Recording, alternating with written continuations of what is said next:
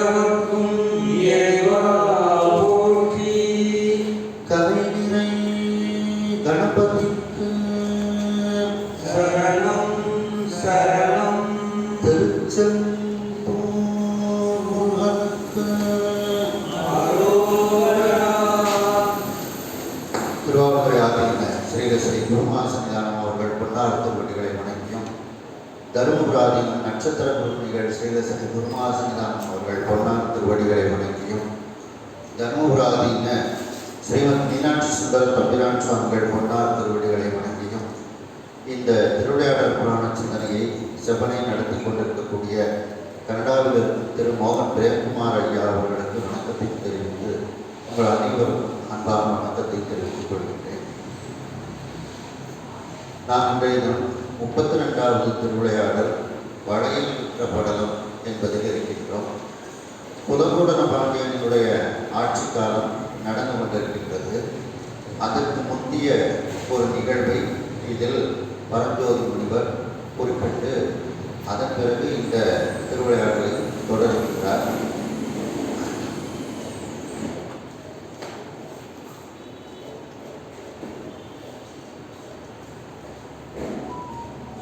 அதாவது, புலகூடன பாண்டியன் மதுரையம்பதியில் அரசாட்சி செய்து கொண்டிருக்கக்கூடிய காலம். அந்த நேரத்தில் அதற்கு முந்தி ஒரு நிகழ்வு, தாரகாவனத்து முனிவர்கள் மிகவும் நல்லவர்கள், ஆனால் இறைவன் இருப்பை ஏற்றுக்கொள்ளவில்லை. அவர்களுக்கு அருள் புரிவதற்காகவும் அவர்கள் இறைவன் இருப்பை ஏற்றுக்கொள்வதற்காகவும் இறைவன் அந்த தாரகாவனத்திற்கு ஒரு காபாலிகர் வேடத்தில் காபாலியாகி பிச்சைக்கு வருகின்றார். அவருடைய அந்த பிச்சைக்கு வரக்கூடிய அழகிய கோலத்தை பார்த்து அந்த பெண்கள் எல்லாம் மயங்குகின்றார்கள். அந்த காபாலிகர் அந்த இறைவன் மீது அவர்கள் அன்பின் வசப்படுகின்றார்கள் என்ற அளவில் சிந்தித்தோம். அதனுடைய தொடர்ச்சி. மடமையில் அணையா எங்கள் மடமையில் அணையா எங்கள் வளையினை தருதி என்றார். வளையினை தருதி என்றார்.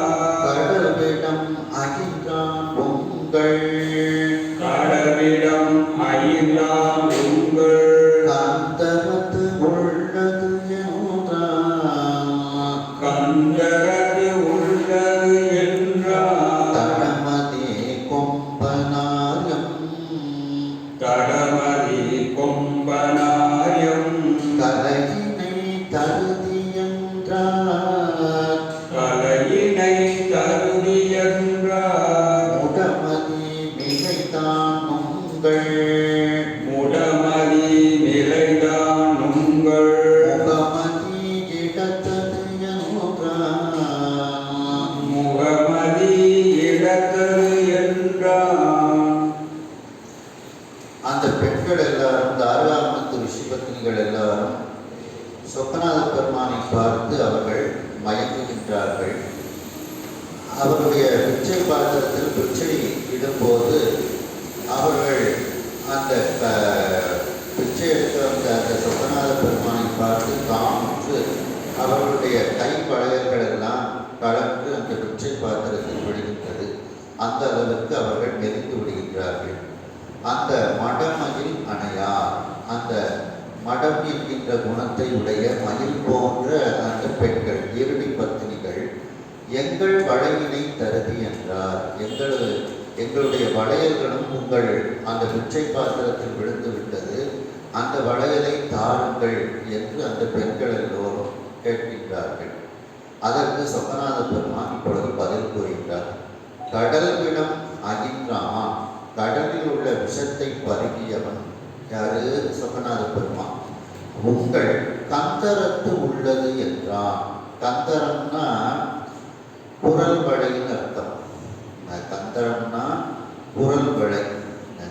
அந்த வளையல் உங்கள் குரல் வளையில் இருக்கின்றது. ஏன்னா குரல் வளைன்னு சொல்லும்போது அதுலேயும் ஒரு வளையலும் இருக்குல்ல, வளை அப்படின்ட்டு. அதனால உங்களுடைய குரல் வளையில் அந்த வளையல் இருக்கின்றது ஒரு நகைச்சுவையா அந்த பெண்களிடத்தில் பேசிக்கொண்டே வருகின்றார். கந்தரம்னா குரல் வளை கழுத்து. இன்னும் சொல்ல போனா அந்த பெண்களினுடைய கழுத்துக்கு சங்கு கழுத்து அப்படின்னு சொல்லி சொல்லுவாங்க.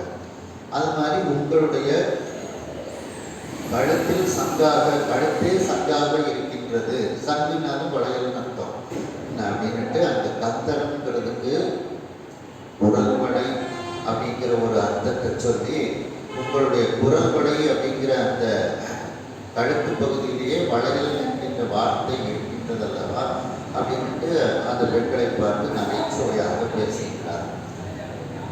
தடமதி கொம்பனா அந்த முழு நிலவும் பூங்கொம்பும் போன்று இருக்கக்கூடிய அந்த பெண்கள். தடமதினா முழுமதி பௌர்ணமி போன்று இருக்கக்கூடியவர் பெண்கள். கொம்பு போன்று இருக்கக்கூடிய பெண்கள். பூங்கொம்பு பூங்கிழக்கு அது போன்று இருக்கக்கூடிய அந்த இரடி பத்தினிகள் எம் கலையினை தருதியிருக்கிறார், எங்களுடைய ஆடைகளை தருவீர்களாக என்று கூறுகின்றார்கள். கலைனா ஆடை அப்படின்னு அர்த்தம். உடனே அதற்கு சொக்கநாத பெருமான் பதில் கூறுகின்றார். முடமதி நிலைந்தான்.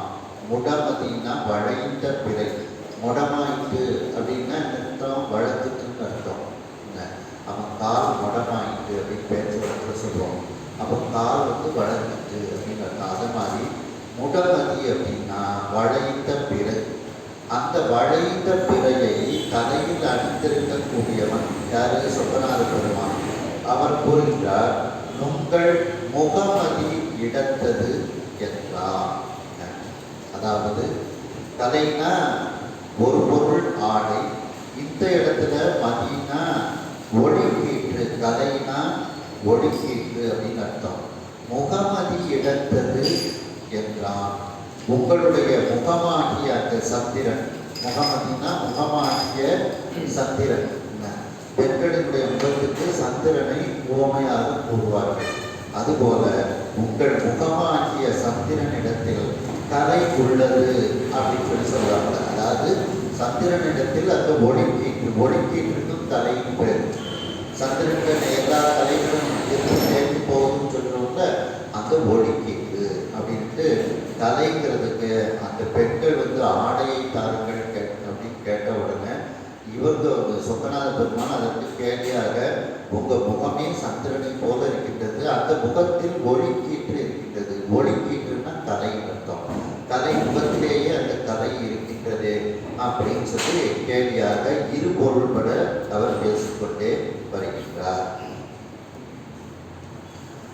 இடையறிந்து எம்மை சேர்மில், இடையறிந்து எம்மை சேர்மின் என்றனர் இளையரு என்போம், என்றனர் இளையர் என்போம். கடலமுது அணையீர் நுங்கட்கு, கடலமுது அணையீர் நுங்கட்கு.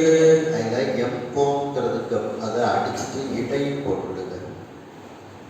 எப்போம் அப்படிங்கிறத அடிச்சுட்டு அந்த இடத்துல இடை அப்படின்ட்டு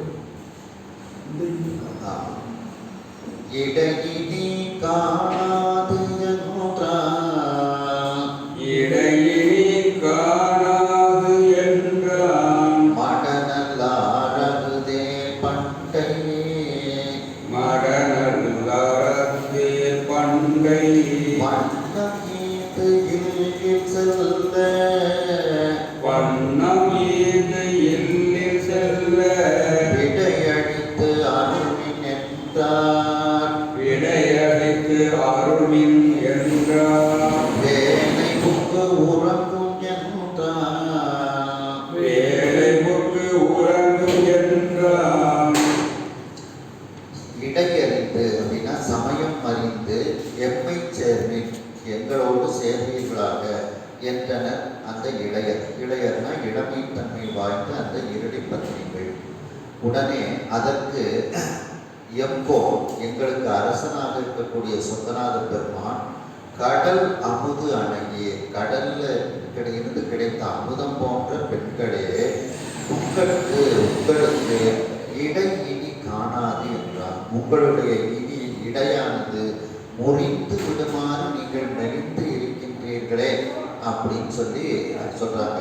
அங்க அவர் இடையறிந்து அப்படின்ட்டு அந்த பெண்கள் சமயம் அறிந்து அப்படிங்கிற அர்த்தத்தில் அவங்க சொல்றாங்க.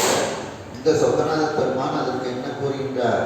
உங்களுக்கு இடை இருக்குமா இல்லையா என்ற அளவுக்கு நீங்கள் மிகவும் மெல்லிய உடம்போடு மெலிவடைந்து இருக்கின்றீர்களே அப்படின்ட்டு சொல்லி கிண்டலாக பேசுகிறார்.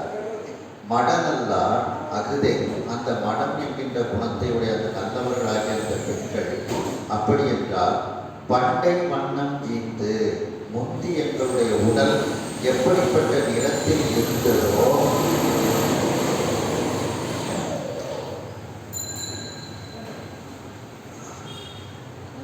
அப்படிப்பட்ட நிறத்தை எங்களுக்கு கொடுத்து இல்லில் செல்ல, நாங்கள் வீட்டிற்குள் செல்ல விடையளித்து அருள்வீன் என்றார். எங்களுக்கு விடை கொடுத்து அருள்வீராக என்று இந்த பெண்கள் எல்லாம் கூறுகின்றார்கள். அதற்கு இந்த பெண்கள் சொக்கநாத பெருமானை பார்த்து அன்பு வசப்பட்டதனால் அவர்களுடைய உடம்புல அந்த அன்பை வெளிப்படுத்தக்கூடிய ஒரு பசலை நிறம் என்கின்ற நிறமானது அவருடைய உடம்புல படர்ந்து இருக்கின்றது. அதனால அந்த பெண்கள் எல்லாம் என்ன கேட்கின்றார்கள்? முதல்ல எங்களுடைய உடம்பு எப்படிப்பட்ட உடம்பாக இருந்ததோ அந்த உடம்போடு நாங்கள் வீட்டிற்கு செல்வதற்கு எங்களுக்கு விடை கொடுத்து அனுப்புகிறாங்க அப்படின்னு இந்த பெண்கள் எல்லாம் கேட்கின்றார்கள். அதற்கு சொக்கநாத பெருமான் என்ன கூறுகின்றார்? வேலை புக்கு உறங்கும் என்றான். அதாவது விடை, அந்த விடைங்கிறதுக்கு அவங்க எங்களுக்கு விடை கொடுத்து அருளுங்கள் அப்படின்னு சொல்றாங்க.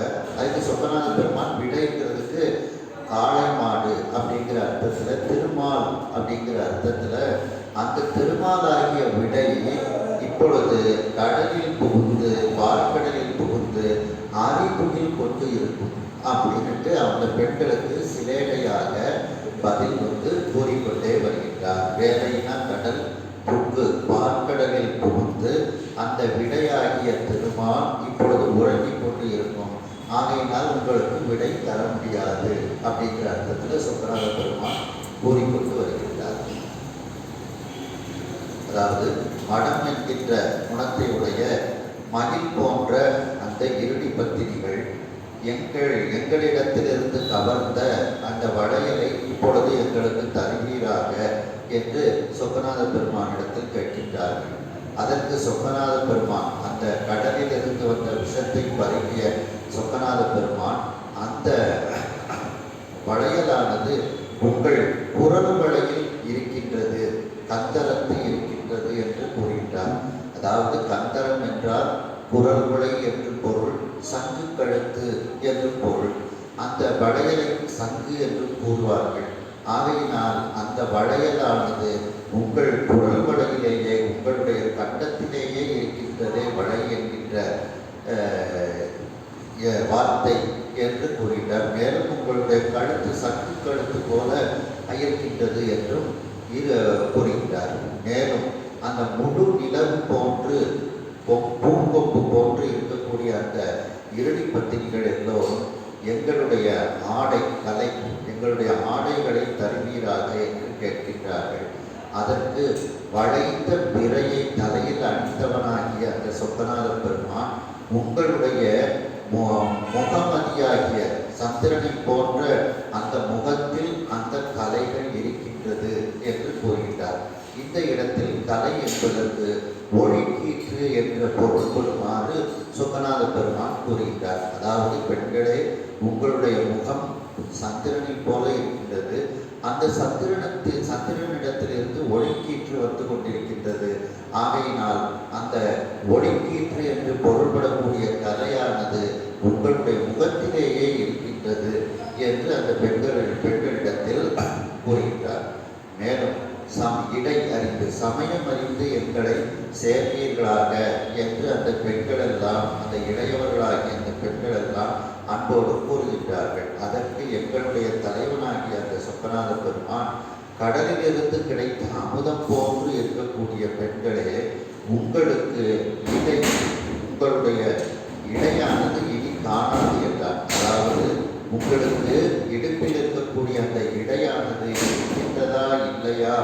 என்று சொல்லக்கூடிய அளவுக்கு நீங்கள் நெருங்கியவர்களாக இடை முறிந்து விடுமாறு நீங்கள் மிகவும் நெளிவு அடைந்தும் மென்மையானவர்களாகவும் நீங்கள் இருக்கின்றீர்கள் என்று முதலில் இடை என்பதற்கு சமயம் அறிந்து என்ற வார்த்தையில் அந்த பெண்கள் கேட்டதற்கு சொக்கநாத பெருமான் அந்த பெண்களினுடைய இடுப்பில் இருக்கக்கூடிய அந்த இடை என்கின்ற அர்த்தத்தில் பதில் கொடுக்கின்றார். மேலும் அந்த மட நல்லாராகிய அந்த இருடி பத்தினிகள் இப்படி என்றால் அந்த முந்தைய நேரத்தில் நாங்கள் எப்படிப்பட்ட நிறத்தில் இருந்தோமோ அந்த நிறத்தை எங்களுக்கு கொடுத்து நாங்கள் எங்கள் வீட்டுக்குள் செல்வதற்கு விடை கொடுத்து அருள்வீராக என்று கேட்கின்றார்கள். அதாவது இந்த இருடி பத்தினிகள் சொக்கநாத பெருமானை பார்த்து அவர் மீது அன்பு கொண்டதனால் அவர்களுடைய உடம்பானது பசலை நிறம் என்கின்ற ஒரு நிறத்தை அடைந்து விடுகிறது.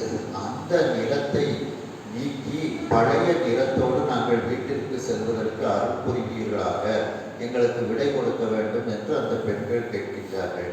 சொக்கநாத பெருமான் அந்த விடை என்பதற்கு திருமால் என்கின்ற பொருள்பட அந்த திருமாலாகிய விடையானது மார்கடலில் புகுந்து இப்பொழுது உறங்கிக் கொண்டு இருக்கும் என்று சிரித்து கொண்டே அவர் பதில் கூறுகின்றார்.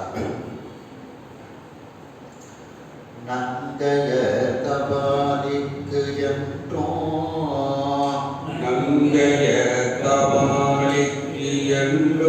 நடுகிலை போலும் என்றார். நடுகிலை போலும் என்றார்.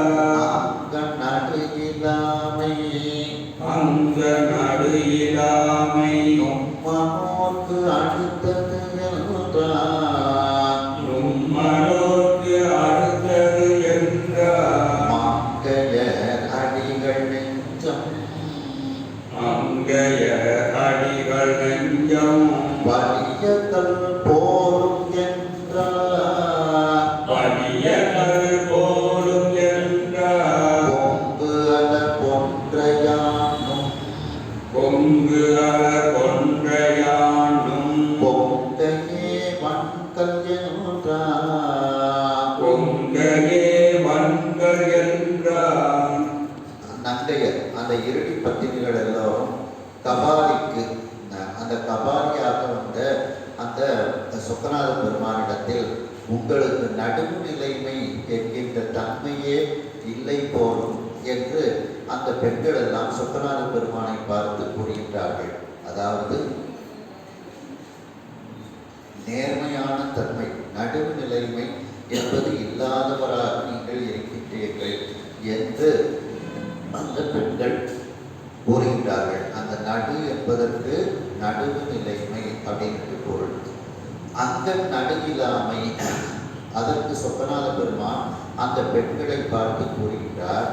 அந்த நடு என்பதற்கு உடம்பினுடைய நடுப்பகுதியாகிய இடை என்பதை குறித்து அந்த வார்த்தையை பயன்படுத்தி நடு இல்லாமை, இடை இருந்தும் இல்லாதது போல் நெளிவடைந்து இருக்கக்கூடிய தன்மை உங்களை போன்ற பெண்களுக்குத்தான் அது உரியது என்று பதில் கூறுகிறார். அதாவது அந்த பெண்கள் நடுவு நிலைமை என்ற பொருளில் நடு என்று கூறுகிறார்கள்.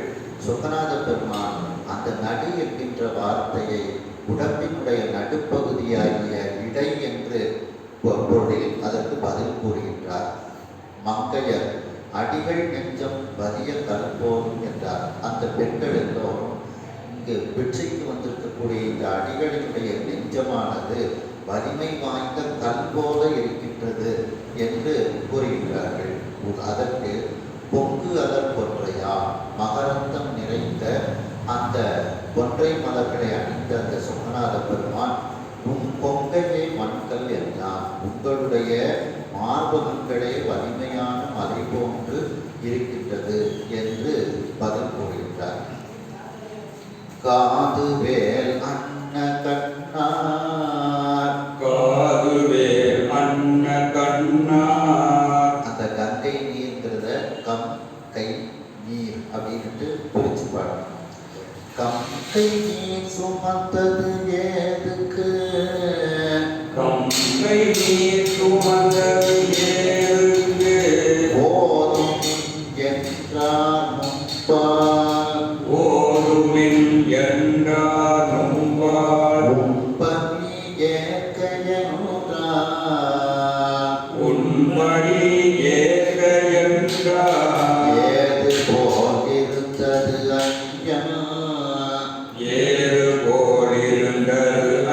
என் இசைத்த செப்பு என்றார் ஈசா. இசைத்த செப்பு என்றார் ஈசன் போதுரா அமுது அந்நீரும் ஓதுரா அமுது அந்நீரும் பொங்கை போல் இருந்தது என்றார். கொங்கை போல் இருந்தது என்றார். காது வேல், காதுன்னா கொல்லும் அர்த்தம். கொல்லக்கூடிய வேல் போன்ற கண்களை உடைய அந்த பெண்கள், அந்த பெண்கள் சொக்கநாத பெருமானை பார்த்து கேட்கின்றார்கள். கம்னா கை, தலைன்னு அர்த்தம். கைனா கரத்தில், தலையை மண்டை போட்டு தலையாகிய அந்த பிச்சை பாத்திரத்தை கரத்தில் நீங்கள் சுமந்தது எதுக்கு? தலை, அந்த பிச்சை பாத்திரமாகிய மண்டையோடாகிய தலையை உங்களுடைய கையில் நீங்கள் சுமந்தது எதுக்கு அப்படிங்கிற மாதிரி அர்த்தத்தில் கேட்கின்றார்கள். ஓதுமின் என்றார். இதற்கு நாங்கள் கேட்ட கேள்விக்கு பதில் சொல்லுங்கள் என்று கூறுகின்றார்கள். உடனே அதற்கு சொக்கநாத பெருமான் முன்பால் முன்பதி ஏற்க என்றான். உங்களிடத்தில் இருந்து உண்பதற்கு பிச்சை எடுப்பதற்காக அந்த மண்டை ஓட்டு பாத்திரத்தை நான் வைத்திருக்கின்றேன் என்று சொக்கநாத பெருமான் அதற்கு பதில் கூறுகின்றார். ஏது போல் இருந்தது.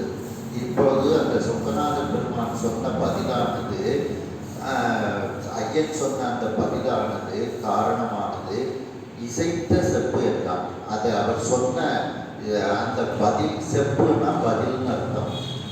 அந்த பதிலானது ஏது போல் இருந்தது, எதை போல இருக்கின்றது என்று அந்த பெண்கள் எல்லாம் கேட்கின்றார்கள். என்னப்பா நீங்க பதில் சொன்ன பதில் எது மாதிரி இருக்கு அப்படின்னு சொல்லி நம்ம கேள்வி கேட்கிறோம்ல, அதை போல இந்த பெண்கள் எல்லாம் ஐயன் இசைத்த செப்பு, அந்த ஐயனாகிய அந்த சொக்கநாத பெருமான் இசைத்த பதில் கூறிய அந்த செப்பு பதிலானது ஏது போல் எதை போல இருந்தது அப்படின்னு சொல்லு அப்படின்ட்டு சொல்லி கேட்கின்றார்கள். அதற்கு ஈசன் அந்த சொக்கநாத பெருமான் போதுரா அமுது அந்நீர், போதுனா குற்றம், குற்றம் இல்லாத அமுதத்தை போன்று இருக்கக்கூடிய பெண்களே, அந்த செப்பு ஆனது பதிலானது உங்களுடைய மார்பகத்தை போல் இருந்தது என்று பதில் கூறுகின்றார். அதாவது செப்புன்னா அந்த விளையாட்டு செப்புன்னு வச்சிருப்பாங்கல்ல, அந்த இதை போல உங்களுடைய மார்பகங்கள் இருக்கின்றது அப்படின்னு பதில் கூறுகின்றார்.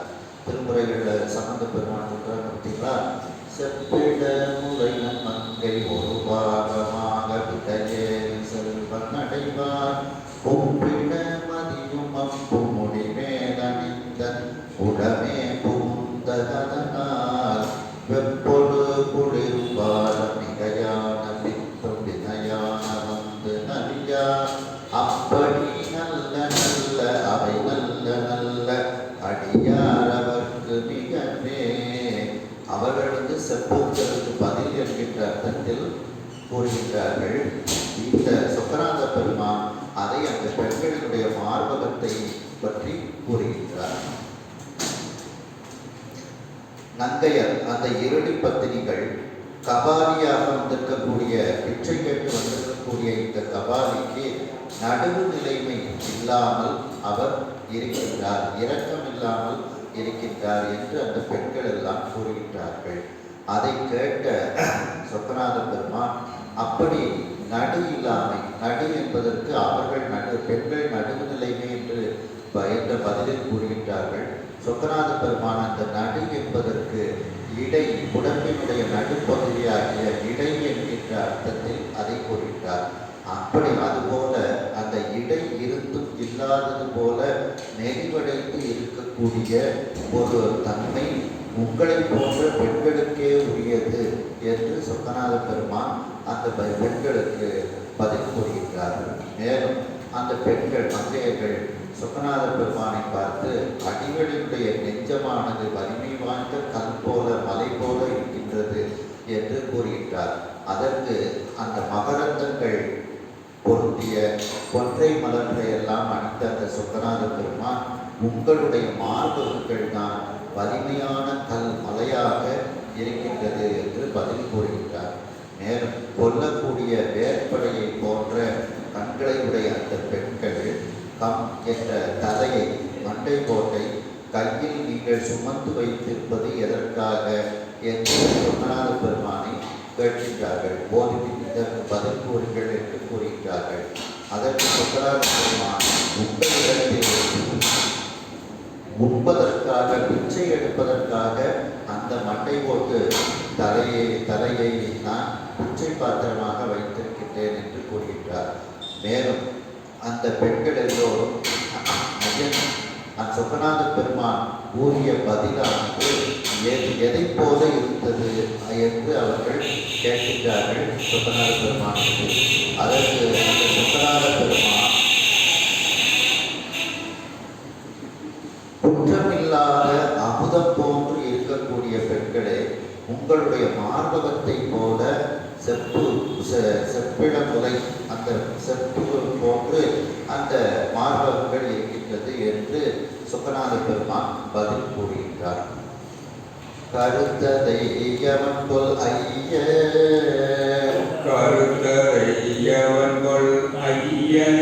கந்தரம் என்றார் வேளையே வெறுத்தவன் மாறி பெய்தற்கு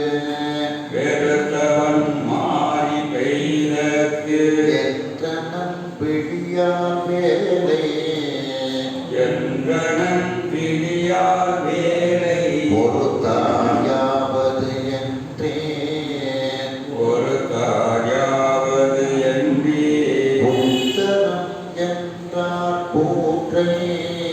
உத்தரம் என்றார் கூற்றை செலுத்தவன் தென்பால் நின்று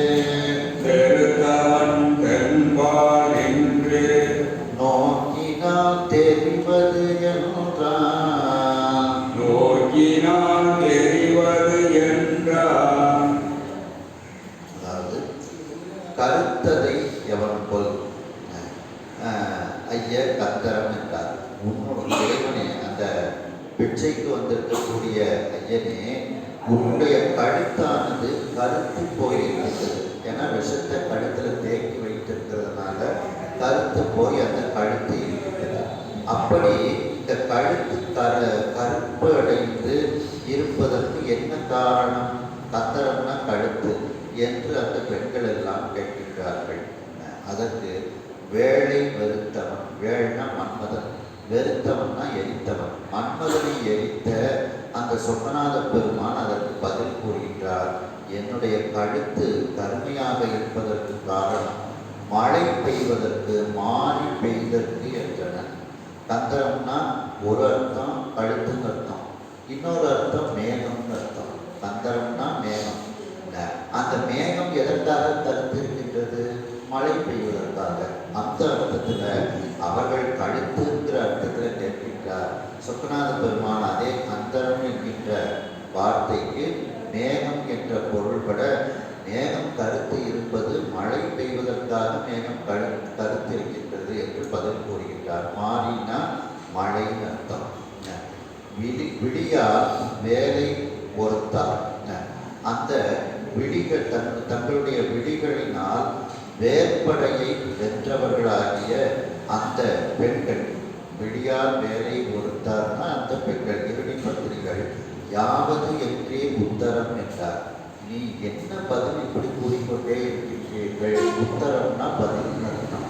உத்தரம்னா பதில்.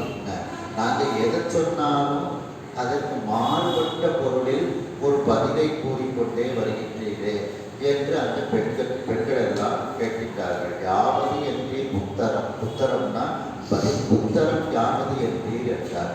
என்ன பதில் சொல்லிக்கிட்டே இப்படி வருவீங்க அப்படின்னு சொல்லி அந்த பெண்கள் எல்லாம் கேட்கின்றார்கள். அதற்கு கூற்றை செலுத்தவன், யமனை வென்றவனாகிய அந்த சொக்கநாத பெருமான், யமனை கூற்றுவனை காலால் உதைத்தவனாகிய அந்த சொக்கநாத பெருமான் தெற்பால் என்று நோக்கினால் தெரிவது உயர்ந்தான். நீங்கள் தெற்க நின்றுட்டு பார்த்தீங்கன்னா உங்களுக்கு நேரம் தெரியறது வடக்கு. வடக்கு திசை அப்படிங்கிறார். உத்தரம்னா வடக்குன்னு ஒரு அர்த்தம் இல்லை. அந்த பெண்கள் பதிலுங்கிற அர்த்தத்தில் கேட்கின்றார்கள். இவர் என்ன கேரியா என்ன சொல்கிறாரு? தெற்க நின்றுட்டு பாருங்க வடக்கு தெரியும். அப்படின்ட்டு சுவாமி வந்து உத்தரம்ங்கிறதுக்கு வடக்கு திசை அப்படிங்கிற பொருள்படுமாறு கூறுகிறார்கள். அடுத்த பாடல் செக்கரம் சடையான் கண்ணில் செக்கரம் சடையான் கண்ணில் தம்புரு தெரிய நோக்கி தம்முரு தெரிய நோக்கி இக்கொடியார் போல் கண்ணுள் இக்கொடியார் போல் கண்ணுள் எம்மையும் இருத்திர் என்றார் எம்மையும் இருக்கிற என்றார் நக்கனும் தனை அண்ணார்கள் நக்கனும் தனை அண்ணார் கண் இடை கண்டு நகைத்து நம்மில் இடை கண்டு நகைத்து நம்மின் மிக்கவரும் கண் உள்ளார் நிற்கரும் கண் உள்ளார் பிடித்து அவர் காணின் என்றார். பிடித்து அவர் காணி என்றார். செக்கரம் சடையா சிவந்த செக்கர்னா சிவந்த அம்னா அழகிய சிவந்த அழகிய சடையுடைய பெருமான் அந்த அவனுடைய கண்ணில் அந்த சொக்கநாத பெருமான நேருக்கு நேராக அவருடைய கண்ணுக்குள்ள இந்த பெண்கள் எல்லாம் கூர்ந்து பார்க்கின்றார்கள். அந்த சொக்கநாத பெருமானுடைய கண்ணுக்குள் தம்புரு தெரிய நோக்கி தங்களுடைய உருவம் தெரியுமாறு அந்த சொக்கநாத பெருமானை கண்ணால் பார்க்கின்றார்கள். இக்கொடியார் போல் இந்த உங்களுடைய கண்ணில் இருக்கக்கூடிய இந்த கொடி போன்ற பெண்களைப் போல கண்ணுள் எம்மையும் இருப்பீர் என்றார். உங்களுடைய கண்ணுக்குள் எங்களையும் வைத்து விடுங்கள் அப்படின்ட்டு அந்த பெண்கள் எல்லாம் கேட்கின்றார்கள். அதாவது சொக்கநாத பெருமான அவருடைய கண்ணுக்கு நேர பார்க்கின்றார்கள். பார்க்கும்போது சொக்கநாத பெருமானுடைய கண்ணில் இந்த பெண்களினுடைய உருவம் தெரிகின்றது. அப்போ அந்த பெண்கள்லாம் சொல்றாங்க, உங்கள் கண்ணுக்குள்ள எந்த உருவம் தெரியல, அந்த உருவத்தை போல எங்களையும் உங்களுடைய கண்ணுக்குள் வைத்து பாதுகாப்பீராக அப்படின்னு சொல்லி இந்த பெண்கள் எல்லாம் கேட்கின்றார்கள். நக்கனும் அந்த சிரித்தவனாகிய அந்த சொக்கநாத பெருமானும் தன்னை அன்னார் கண்ணிடை கண்டு அந்த பெண்கள் அனைவரையும் அண்ணா அந்த இருடி பத்திரிகள் அனைவரையும் தன்னுடைய கண்ணில் கண்டுகொண்டு சிரித்து கொண்டே நம்மை மிக்கவர், இப்ப நான் தான் உங்க கண்களை பார்க்கின்றேனே, உங்களுடைய கண்ணுக்குள்ள நான் தானே இருக்கிறேன், அதை பார்க்க என்னை விட அவன் பேரழகா இருப்பான் அப்படின்னு சொல்லி அந்த பெண்களை வந்து கூறுகின்றார். நம்மை மிக்கவர், நன்மையை விட பேரழகு உடையவர் உங்களுடைய கண்ணுக்குள் தெரிகின்றார் அல்லவா, நானும் உங்களுடைய கண்களைத்தானே பார்த்து கொண்டிருக்கின்றேன், உங்களுடைய கண்ணுக்குள் நான் தெரிகின்றேன் அல்லவா, அவர் என்னை போல பேரழகு உடையவர், விழித்து அவர் காண்பேன், உங்களுடைய கண்களை நன்கு விழித்து உங்களுடைய கண்ணுக்குள் அவரை நீங்கள் காண்பீர்களாக அப்படின்னு சொக்கநாத பெருமான் வந்து இதற்கு பதில் கூறுகின்றார். சொக்கநாத பெருமானை பார்த்து அந்த பெண்கள் எல்லோரும், உங்களுடைய கழுத்தானது கத்தரமானது கருத்து இருக்கின்றதே, அதற்கு என்ன காரணம் ஐயனே என்று அந்த பெண்கள் எல்லாம் கேட்கின்றார்கள். அதற்கு மன்மதனை எரித்தவனாகிய அந்த சிவபெருமான் கந்தரம் என்கின்ற வார்த்தைக்கு மேகம் என்று ஒரு பொருள் உண்டு. அந்த மேகம் என்கின்ற பொருள்படுமாறு மேகம் கருத்து இருப்பது எதற்காக, மழை பெய்வதற்காக, மழை பெய்வதற்காக என்று அவர்களுக்கு சிரித்து கொண்டே பதில் கூறுகின்றார். மேலும் தங்களுடைய கண்களால் வேர்களை வென்றவர்களாகிய அந்த பெண்கள் எல்லோரும் அந்த சொக்கநாத பெருமானை பார்த்து கேட்கின்றார்கள். நாங்கள் கேட்பதற்கெல்லாம் தாங்கள் ஒரு பதிலை வித்தியாசமாக கூறிக்கொண்டே இருக்கின்றீர்களே, உத்தரம் யாவது என்பீர் என்றார். பதில் இப்படி சொல்லிக்கொண்டே வருகின்றீர்களே என்று அந்த பெண்கள் எல்லாம் கேட்கின்றார்கள். உத்தரம் என்றால் பதில் என்கின்ற பொருள்படுமாறு சொக்கநாத பெருமானை பார்த்து கேட்கின்றார்கள். அதற்கு யமனை காலால் உதைத்தவனாகிய கூற்றுவனை செலுத்தவனாகிய சொக்கநாத பெருமான் அந்த பெண்களை பார்த்து சிரித்து கொண்டே, நீங்கள் தெற்கு பக்கமாக நின்று கொண்டு பார்த்தால் உங்களுக்கு வடக்கு திசை தெரியும், உங்களுக்கு எதிரில் வடக்கு திசை தெரியும். உத்தரம் என்கின்ற வார்த்தைக்கு வடக்கு திசை என்கின்ற பொருள்படுமாறு அவர் அந்த பெண்களை பார்த்து சிரித்து கொண்டே பதில் கூறுகின்றார். மேலும் சிவந்த அழகிய சடையை உடைய கண்ணில் தங்களுடைய உருவம் தெரியுமாறு அந்த பெண்கள் எல்லாம் சொக்கநாத பெருமானினுடைய அழகிய கண்களையே பார்த்து கொண்டிருக்கின்றார்கள். அந்த கண்ணுக்குள் தங்களுடைய உருவம் தெரிகின்றது. உடனே சொக்கநாத பெருமானை பார்த்து கூறுகின்றார்கள் அந்த பெண்கள், உங்களுடைய கண்ணுக்குள் இருக்கக்கூடிய இந்த கொடி போன்ற பெண்களைப் போல உங்களுடைய கண்ணுக்குள் எங்களையும் இருத்தி எங்களோடு அன்போடு இருங்கள் என்று அந்த பெண்கள் எல்லாம் கூறுகின்றார்கள். அந்த சிரித்தவனாகிய சொக்கநாத பெருமான் அந்த பெண்கள் அனைவரையும் தன்னுடைய கண்ணுக்கு நடுவில் கண்டுகொண்டு சிரித்து கொண்டு, நீங்கள் உங்களுடைய கண்களில் நான் தெரிகின்றேன், அந்த உங்களுடைய கண்களில் தெரியக்கூடிய நம்போல் பேரழகு உடையவர் உங்களுடைய கண்களிலும் இருக்கின்றார். நீங்கள் உங்களுடைய கண்களை நன்றாக விழித்து கொண்டு அந்த போன்று தெரியக்கூடிய அவரை காண்பீர்களாக என்று அவர்களுக்கு பதில் கூறுகின்றார். அஞ்சலி போது பெய்வார், அஞ்சலி போது பெய்வார், சரணம் என்று அடியில் வீழ்வார், சரணம் என்று அடியில் வீழ்வார், அஞ்சியன தடுக்கை நீட்டி, அஞ்சியன தடுக்கை நீட்டி, தழுவிய கிடைக்கும் தோறும், கழுவிய கிடைக்கும் தோறும், எஞ்சுவான் எஞ்சாது ஏத்தி, எஞ்சுவான் எஞ்சாது ஏத்தி, எதிர்மறை எட்டும் தோறும், எதிர்மறை எட்டும் தோறும், வஞ்சனாய் அகழ்வான் மையல், வஞ்சனாய் அகழ்வான் மையல், வஞ்சியர்க்கு அணியனாமோ, வஞ்சியர்க்கு அணியனாமோ. அஞ்சலி போது பெய்வார். தங்களுடைய கைகள் மலர் கைகளை குவித்து கொண்டு அஞ்சலி செய்து கொண்டு, அவனை நீதான் எனக்கு துணை, சரணம்னா நீரே எங்களுடைய துணை என்று சொக்கநாத பெருமானினுடைய திருவடியில் அந்த பெண்கள் விழுகின்றார்கள். விழுந்து கொண்டே தஞ்சம் என, தஞ்சி என, தஞ்சம் என தங்களுடைய தளிர் போன்ற பூந்தளிர் போன்ற கைகளை நீட்டி அந்த சொக்கநாத பெருமான் பக்கத்தில் வருமாறு அந்த நேரத்தில் அவரை நெருங்கி வரும்போது அவர்கள் தழுவ முயற்சிக்கின்றார்கள். அந்த நேரத்தில் சொக்கநாத பெருமான் அவர்களை விட்டு அப்பால் நிற்கின்றான். எஞ்சுவான் அப்படின்னா அப்பால் நிற்கின்றான் அர்த்தம். எஞ்சாது ஏத்தி, எஞ்சாது ஏத்தினா குறைவில்லாமல் புகழ்ந்து கொண்டு இருக்கக்கூடிய, எதிர்னா எதிரே சிவபெருமானின் எதிரில் நின்று இறைவனை குறைவில்லாது புகழ்ந்து கொண்டிருக்கக்கூடிய வேதம் அப்படின்னு அர்த்தம். மறைன வேதம்.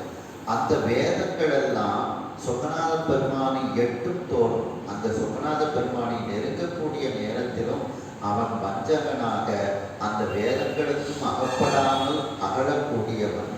இந்த மயக்கமுடைய, இந்த காமமுடைய இந்த இருடி பத்தினிகளுக்கு, வஞ்சியருக்குன்னா இருடி பத்தினிகளுக்கு பக்கத்தில் சென்று அவர்களுக்கு அகப்படுவானோ?